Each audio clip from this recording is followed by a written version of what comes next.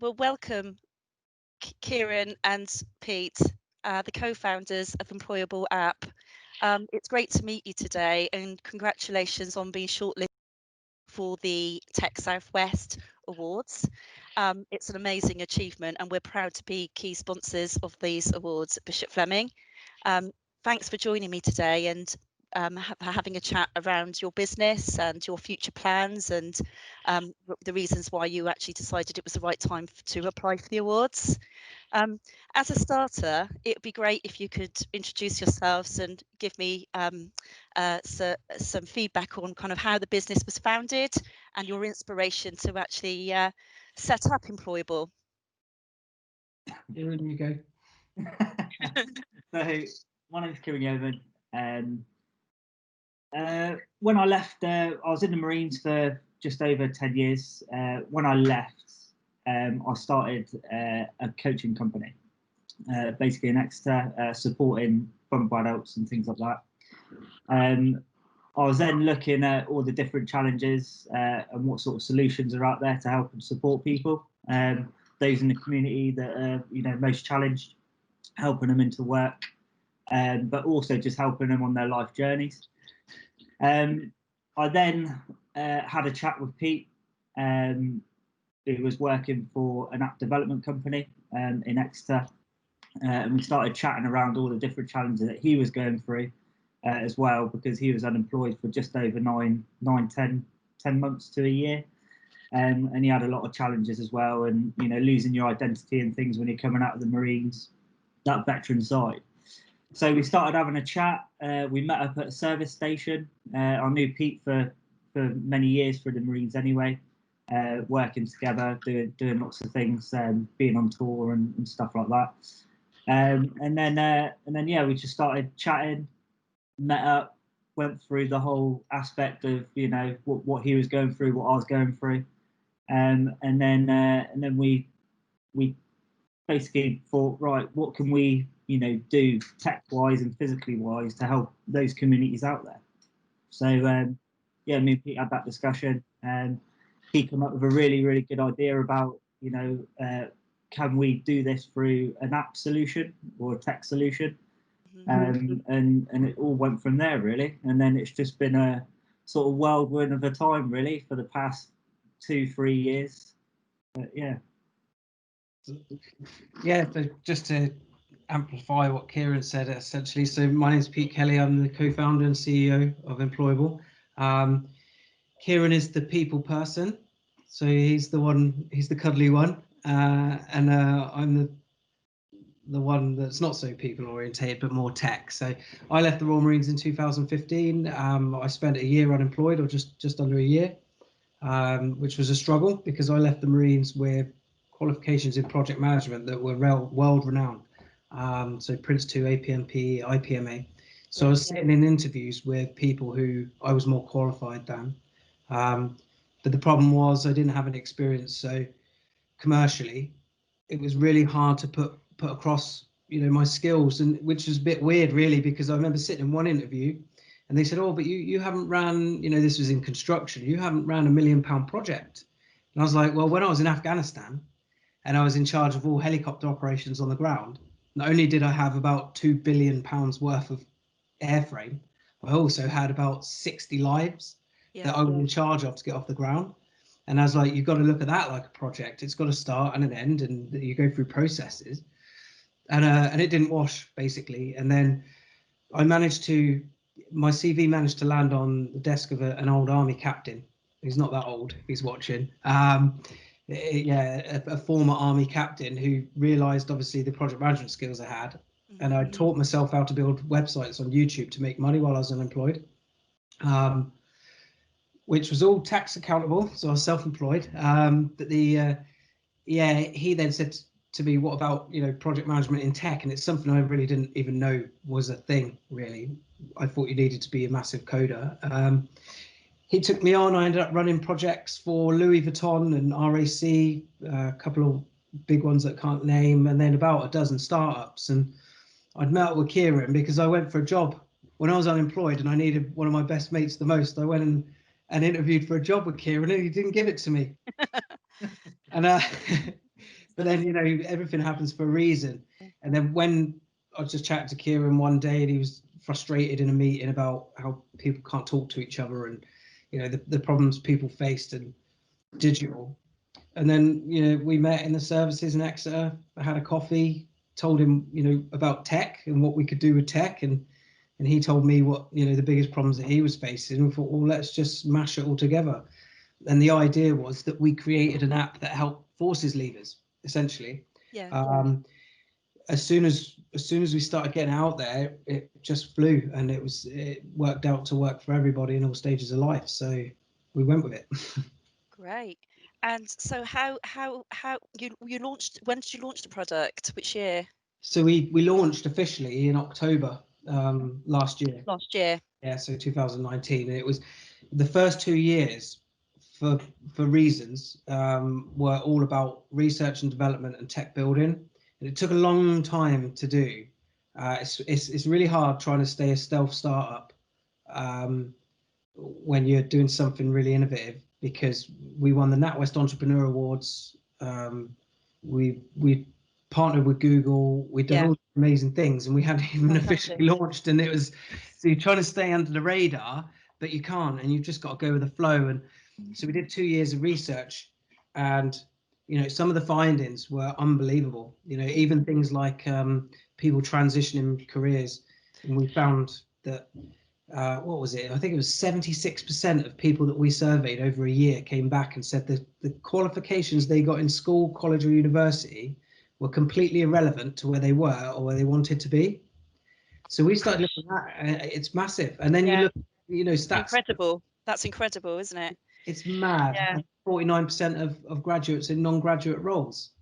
So there's a problem with education there. So, you know, we thought, well, if we can help people to transition careers, because 14.8% mental health, workplace mental health, and we were the most unproductive country in Europe. I hate to think what the stats are now, obviously due to COVID, but the important thing is that we created a solution that helped people to get to where they want in life, to make them more fulfilled, to make them happier. We had to make sure that it was free for them, which it is. And then we had to make sure that actually our bigger goal was fixing the root cause of the problem, which is education, right? Is making young people make the right decisions at very important times of their lives, so that we have an effect in 5 years, as well as helping the government to analyze skills gaps. So, you know, one recent win we've just had, which has not been publicized yet, so this is a first. So we just won £100,000 government grant to create a world first technology, essentially, that we haven't publicized and we're not going to. But it's very important for the government and the economy, and economies around the world as well. So even though it's been 3 years and it feels like the longest 3 years of my life, and there were times I wish I was just back in Afghan where it was all easy, you know, we've achieved a hell of a lot. And what was your biggest challenge then, Pete, at that time?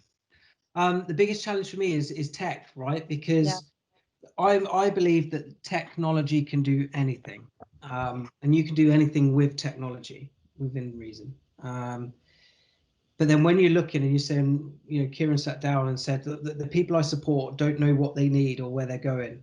And so he translates that to me from a human perspective. Then I have to translate it to tech, how we can fix that. And it was very much well, when you look at a job on a normal jobs board, it gives you a job description. You just apply with your CV. It doesn't tell me anything, doesn't teach me anything. I don't understand. And then 9.5 times out of 10, I'm not going to get any feedback. So, you know, when I was unemployed, I was sending out 100 CVs a week, which is the totally wrong thing to do, because I wasn't tailoring my CV. You know, I was very much hit and hope. But the problem is everybody does that, and that's the norm. So when Kieron says, you know, how do we make people understand where they are at this moment in time? You know, my tech solution to that was, well, when they look at a job on Employable, we show them as a percentage how they fit compared to that job. But the problem is that's easier said than done, because how do you find the percentage? Get to that point. What are the algorithms? So the front end of it is really easy. Well, that's how it looks. Then you always build the end state and then work your way back to find the flow. And I remember coming up with this really, really complicated algorithm for how we transfer volunteer experience into work experience. And it's like Albert Einstein mathematics. It was crazy. And then it's like problems started to uncover. So for instance, if you're going to show people as a percentage how they fit compared to a job, you need to understand what qualifications they have. And that has to be absolutely nailed on, because you're giving people, advice essentially. Now, when we looked at that, we thought, well, you can't get that from a CV. We're not going to scrape CVs because that's terrible. So what we did was we built the largest database of UK qualifications probably anywhere in the world. So we spent a year creating 40,000 qualifications dating back to 1960 in our database. Wow. Which is, the Department of Education didn't even have it. We emailed them and said, can we have it? And they were like, no, we don't have it. It's like, oh, we're gonna have to build it ourselves. And we did. And, so that means we can direct match the requirements of the business now with the qualifications that people have got. So that's just one of the problems we face. And tech continues to be a problem because we're a company that always wants to innovate. I always want to innovate. And that means you do the right thing, even if it's the hard thing. And that's what's important. So the technology that we're building now with our Innovate grant is very, very hard. But I'm sat here literally with wireframes and user flows, and you should see the office wall. It's just, you wouldn't understand it. And, but we're getting there, because I'd rather spend 6 weeks doing that than provide something that doesn't work in a year's time. Yeah, the outcome that you need. Yeah, exactly. And so you launched last autumn, and then obviously you have applied and you've been successful on the community awards. What was that all about? What have you applied? And Kieron, you go first. Yeah, off of the sort of things that I've been doing for the community side of things. So we've been in lots of different tenders and things over the last year, and obviously because of COVID, it's taken a bit of time to obviously get building those relationships and stuff going again. But recently, just over the last couple of months, we got awarded 7 different contracts. So supporting those that are affected by the pandemic, and those that are struggling basically to find work, find a purpose, and think outside the box to help them progress into employment or different training opportunities and things like that. So it's all done through the job centres. So we've won 6 contracts in Scotland, so delivering to all the job centres up there. So it's quite a big contract. And we've also won contracts in Brighton, and we're just awaiting on a couple more that are being finalised and things at the moment. So that's one sort of aspect of where we're working with communities at the moment, with supporting those that have been affected. Yeah, we're doing it virtually, so it's still that human factor.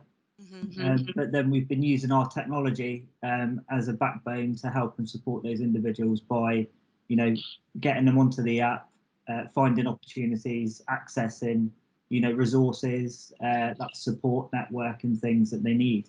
So Kieron, what's really important here is that there are a lot of recruit tech solutions that are coming out now that are full AI, they're fully automated, they completely do not have the human factor, and that's not what we want. And that's Kieron's job, is to make sure that Imployable is a company run by humans, and we have that human factor, that human interaction.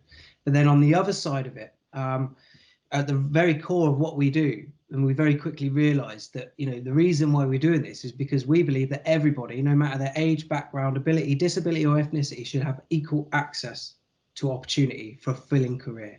And that's the really important thing, is once we built that mission, it's then, well, we're not going to go down the full AI route because it doesn't align with our mission. So then we started looking at how we could amplify our message to show that we're an app and a company that's striving for that. So the first thing we did was make the app completely free. It cost us well over £250,000 to build, which will recoup no money from our users because we're not interested. We want to have access. We then We then thought, it was funny, I walked into the office and I just sort of sat there and went, you know what, I think we should give our recruitment away for free. We sat there and Kieron was like, yeah, it's a good idea. Because basically, you know, disrupting the recruitment industry by making it free for businesses of all size to be able to hire and recruit. And that's really important for job creation and the economy. And then we thought, it's just not enough. It's just not enough.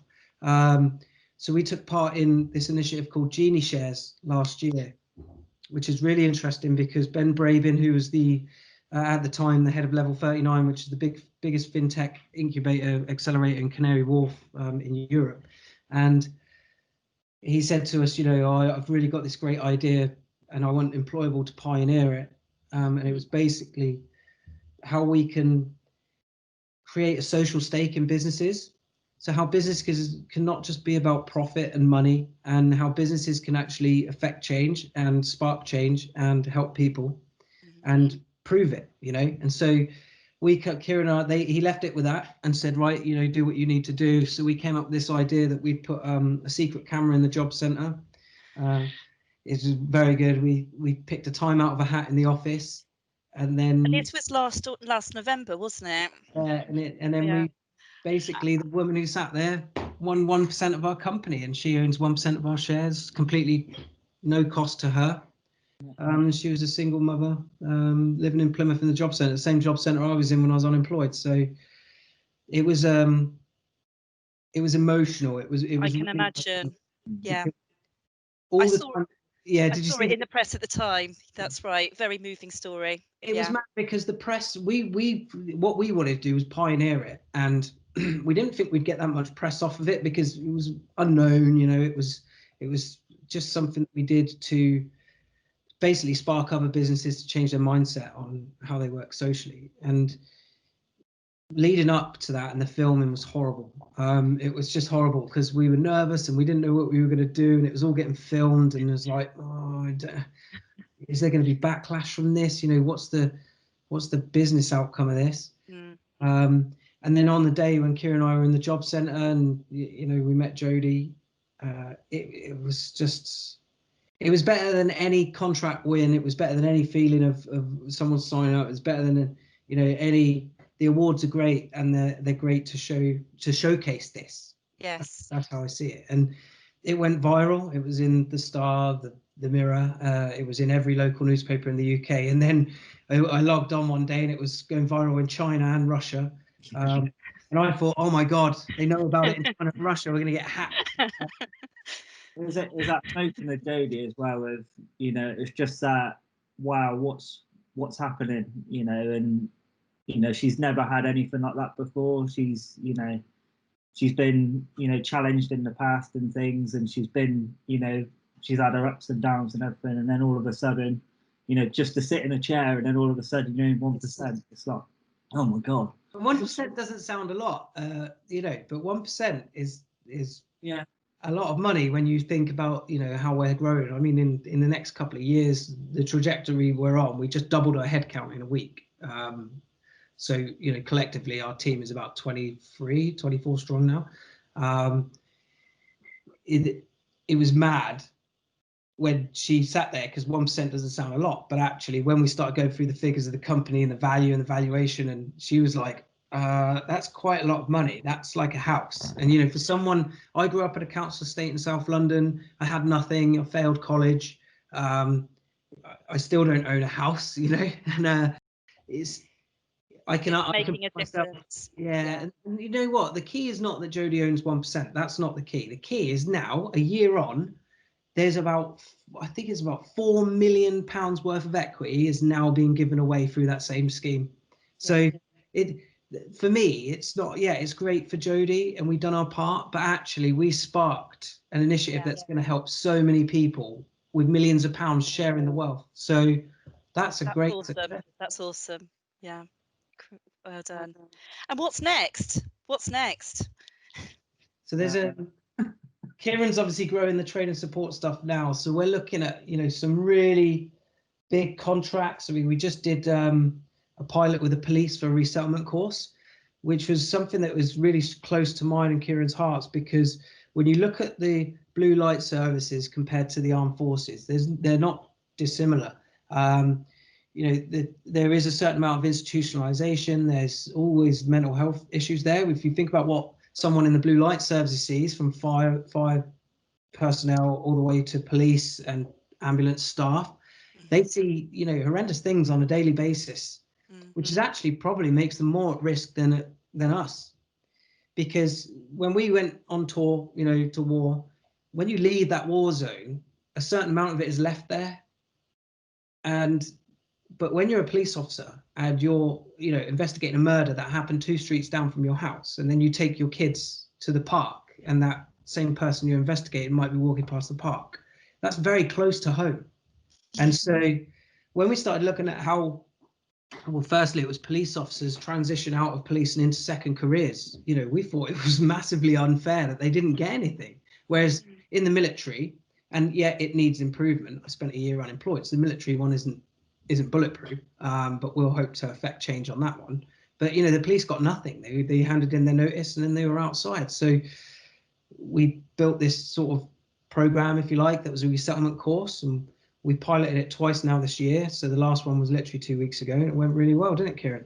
Yeah, well, it went absolutely brilliant. You know, it was all virtual, all done virtual, because I think that's the way that a lot of things are going to be going at the minute.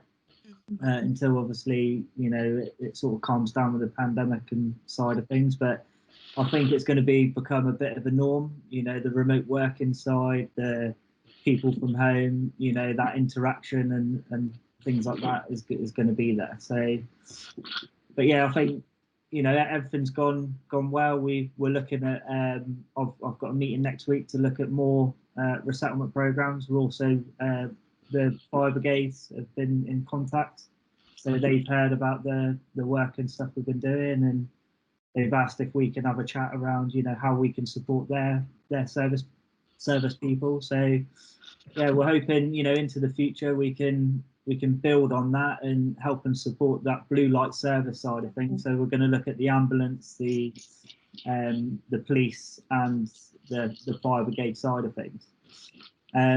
And then looking at, you know, what other opportunities are there out there. We've been in conversation and put proposals in with the MOJ, so the Ministry of Justice, helping support, you know, people, well, helping support with the reoffending side of things. So, you know, how can we support individuals in prison in real time? But how can, you know, we can get the technology in there as well to support that and help those people get those opportunities before they leave. So there's lots of different conversations being had and relationships being built at the minute. And that's just the physical side. So obviously, I know this is the Tech Southwest Awards, but you know, everything that Kieron delivers on the physical side, it is, you know, tech impact. Tech. So I mean, some exciting things we've got coming up with tech now. So we're about to enter our next investment round. So comparatively, I was going through with the board a few weeks ago.